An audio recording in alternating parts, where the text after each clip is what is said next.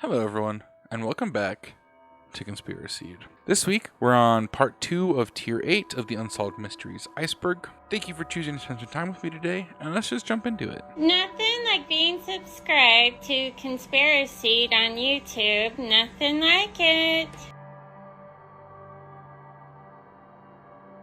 The Bigfoot Killer, shout out to last week's video, is the name given to an unidentified American serial killer who raped and murdered 7 women in Detroit between February and October of 1975. He chose young girls between 16 and 22 who prostituted themselves as his victims and raped 4 in early 1975. His victims went to the police and described his appearance. The picture displayed here is the composite sketch made by the police. Later in 1975, he killed a total of 7 women, 5 black and 2 white. During the investigation, witnesses reported that the killer had driven a beige Oldsmobile and was offering only $15 in exchange for sexual services. Then, he and his victim would go back to his car, after which he would threaten them with a knife, beat them, rape them, sodomize them, and then finally strangle them to death. He was described as a muscular, tall African American with facial hair and an afro, likely between the ages of 30 and 35. Police believe he suffered from something called acromegaly, which is excess growth of certain parts of the body, as according to testimonies and other evidence, he had large hands and feet.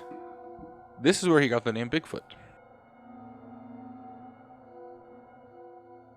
The Edgecombe County serial killer is a killer in the Edgecombe and Halifax counties in North Carolina, USA, between 2005 and 2009. There are 10 suspected victims, all African American women, with the remains of 8 being found. All the victims were black, engaged in prostitution, and had problems with drug addictions.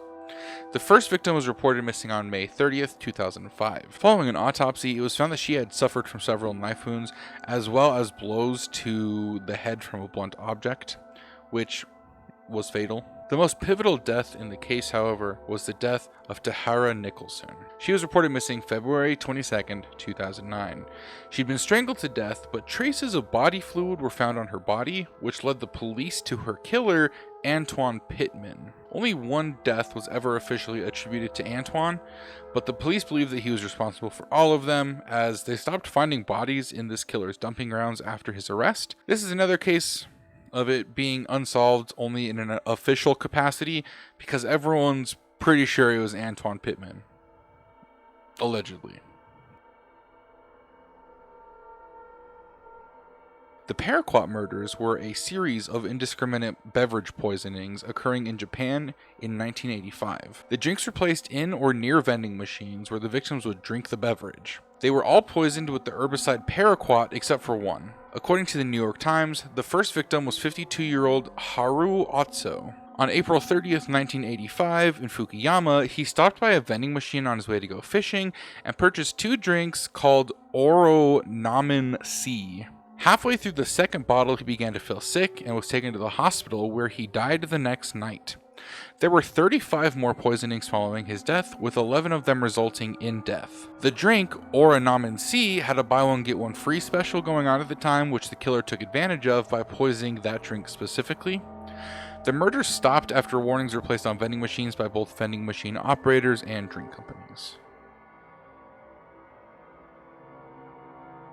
The monster of Udine killed at least 4 victims in the Udine province in northeastern Italy between 1971 and 1989. The reason I say at least 4 victims is because while there are 4 confirmed killings, there could be anywhere between 4 and 16 deaths attributed to this killer. The 4 victims were found with gaping holes in their abdomens, which had been cut and cleaned with extreme care, most likely with a scalpel. The cuts were actually close to that of a C-section, which convinced the police that the killer was a doctor. However, the police have never had any leads in this case, and there is no other information on the case.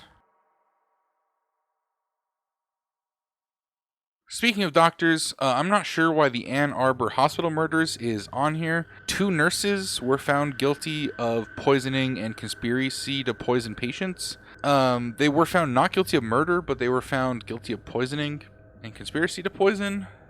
So, in my mind, case closed. This is not unsolved. The Flat Tire murders were a series of unsolved murders in Broward and Miami-Dade counties in Florida, USA, between 1975 and January 1976. The name originated from the investigators' belief that when the offender committed two of the murders, he had deflated the tires of his victims' cars.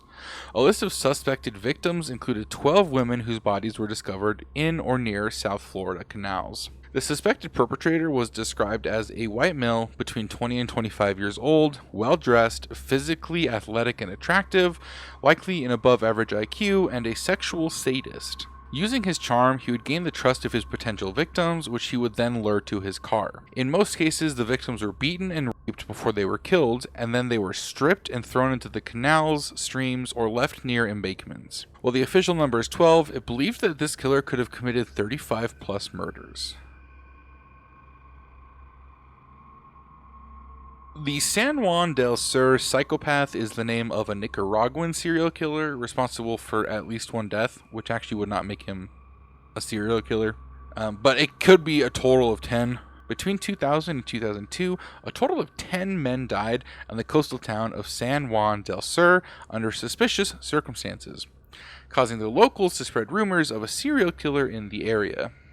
Authorities were called in but could only confirm that one of the men was murdered, as the others didn't have any external injuries to their bodies and had likely passed away from other causes, such as alcohol intoxication or suffocation. Only one man was ever charged or even the suspect of any of these murders, a German man who illegally lived in the city on an expired visa. He was accused of being responsible for at least 7 of the deaths by the locals, and on March 22, 2002, he was arrested. The case was dismissed, however, due to lack of evidence, and there have been no suspects since. The Belize Ripper is a Belizean serial killer responsible for the abduction, rape, and murder of 5 girls in Belize City between 1998 and 2000. The FBI and Scotland Yard even helped the authorities investigate, but all of the kills remain unsolved. By the way, this is just personal preference. I think Scotland Yard is such a cool name. Scotland Yard is a way cooler name than the FBI. The killings caused widespread panic in the country, with a national curfew enforced and guards set up at every school. In the months following the last murder, several incidents were reported of a man driving a red car wearing a stocking mask who unsuccessfully attempted to attack and kidnap young girls within the city, but authorities were never able to find this person.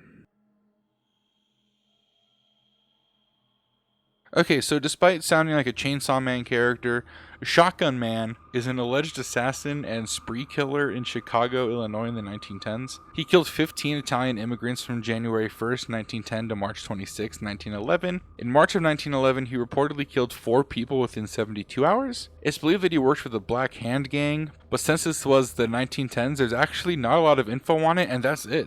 That's all the info there is on Shotgun Man. Well, that's part 2 of Tier 8 of the Unsolved Mysteries Iceberg. There's only one part left. Part 3 of Tier 8, coming in 2 weeks, will be... That's it. That's it. What do you think is the craziest one so far? Let me know in the comments down below. Thank you for choosing to spend some time with me today, and I'll catch you in the next one.